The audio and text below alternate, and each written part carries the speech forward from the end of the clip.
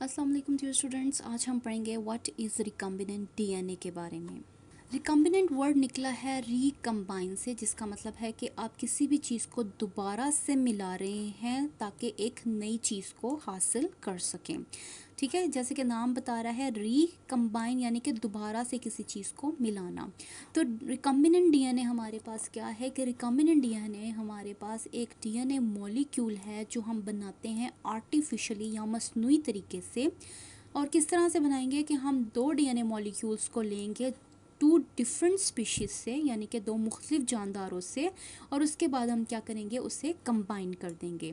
ठीक है, यानी कि हमने दो मुख्तलिफ स्पीशीज़ से डीएनए को हासिल किया, उसको कंबाइन किया, तो जो हमारे पास नया डीएनए आ गया उसको हम कहते हैं कि वो रिकम्बिनेंट डीएनए है।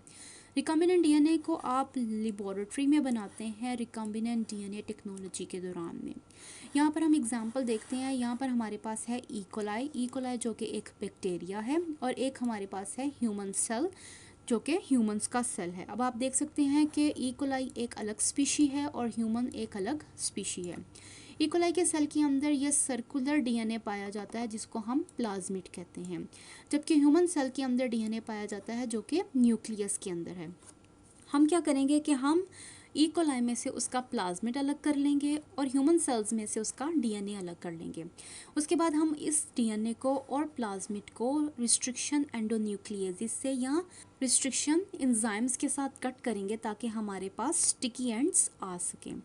यहाँ पर भी स्टिकी एंड्स हैं और यहाँ पर भी हमारे पास स्टिकी एंड्स हैं। उसके बाद क्या करेंगे जी कि हम इस डीएनए को और इस डीएनए को दोनों को आपस में कंबाइन कर देंगे, और इसको सील करने के लिए हम डीएनए लाइगेज इस्तेमाल करेंगे। डीएनए लाइगेज यहाँ पर एक तरह से ग्लू का काम करता है, जो क्या करता है, इस डीएनए को और इस सर्कुलर डीएनए को आपस में जोड़कर हमें एक नया डीएनए प्रोवाइड कर देता है, जिसे हम कहते हैं कि ये हमारा रिकम्बिनेंट डीएनए है।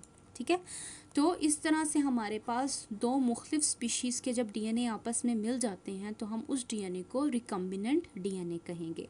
अगर यहाँ पर सिर्फ एक प्लाज्मिड को देखें तो हम कहेंगे कि भाई ये ई कोलाई का प्लाज्मिड है, और यहाँ पर डीएनए को देखें तो हम कहेंगे ये ह्यूमन डीएनए है। लेकिन जब यहाँ ये दोनों चीज़ें आपस में कंबाइन हो गई हैं तो ये रिकम्बिनेंट डीएनए आ जाता है। अब रिकम्बिनेंट डीएनए का फ़ायदा क्या है? रिकम्बिनेंट डीएनए हमें मदद करता है हम ताकि अलग कर सकें और उसके बाद किसी ख़ास जीन को स्टडी कर सकें। फ़र्ज़ करें मैं जीन एक्स को स्टडी करना चाहती हूँ। अब ह्यूमन के जो डीएनए है हमें पता है कि वो बहुत बड़ा डीएनए है और इसके अंदर बहुत सारी जीन्स पाई जाती हैं। इसका मतलब है कि अगर ABCDEF इतनी सारी जीन्स हैं तो इसके साथ साथ मैं अपनी एक्स जीन को स्टडी नहीं कर सकती।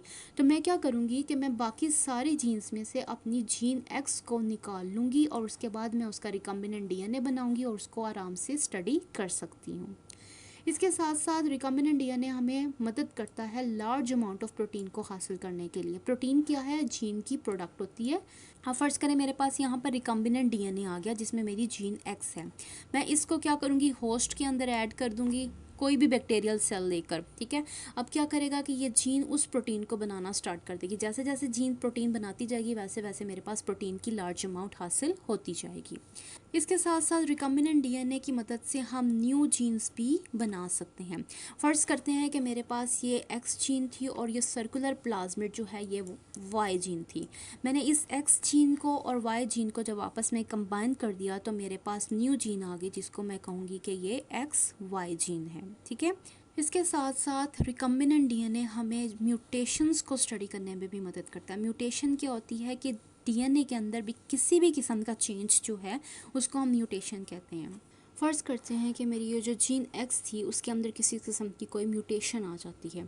अब मैं ये देखना चाहती हूँ कि इस म्यूटेशन की वजह से जो उसकी प्रोटीन बननी है उसके ऊपर क्या इफ़ेक्ट आया। तो मैं क्या करूँगी कि मैं अपनी जीन एक्स को निकालूंगी और उसका रिकम्बिनेंट डीएनए बनाऊँगी और उसके बाद उसको होस्ट सेल में डालकर उसकी प्रोटीन को आराम से स्टडी कर सकती हूँ। तो इस तरह से रिकम्बिनेंट डीएनए जो है हमें मुख्तलिफ़ चीज़ों को स्टडी करने में मदद करता है।